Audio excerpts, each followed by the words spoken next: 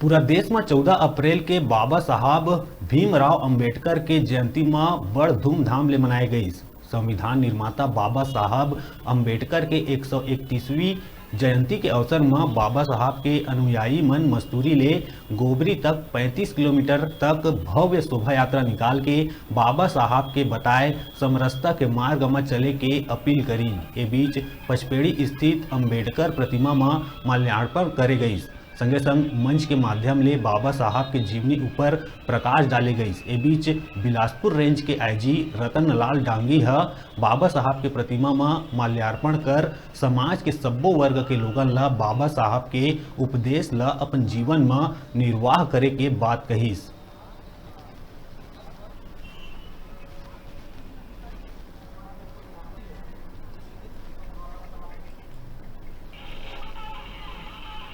भारत रत्न बाबा साहब अम्बेडकर की जयंती पूरी दुनिया में मनाई जा रही है और एक महान व्यक्तित्व के संदेश को जो आने वाली पीढ़ियों को बताने के लिए ये जयंती कार्यक्रम आयोजित किए जा रहे हैं और आयोजन समिति इसकी बधाई की पात्र है।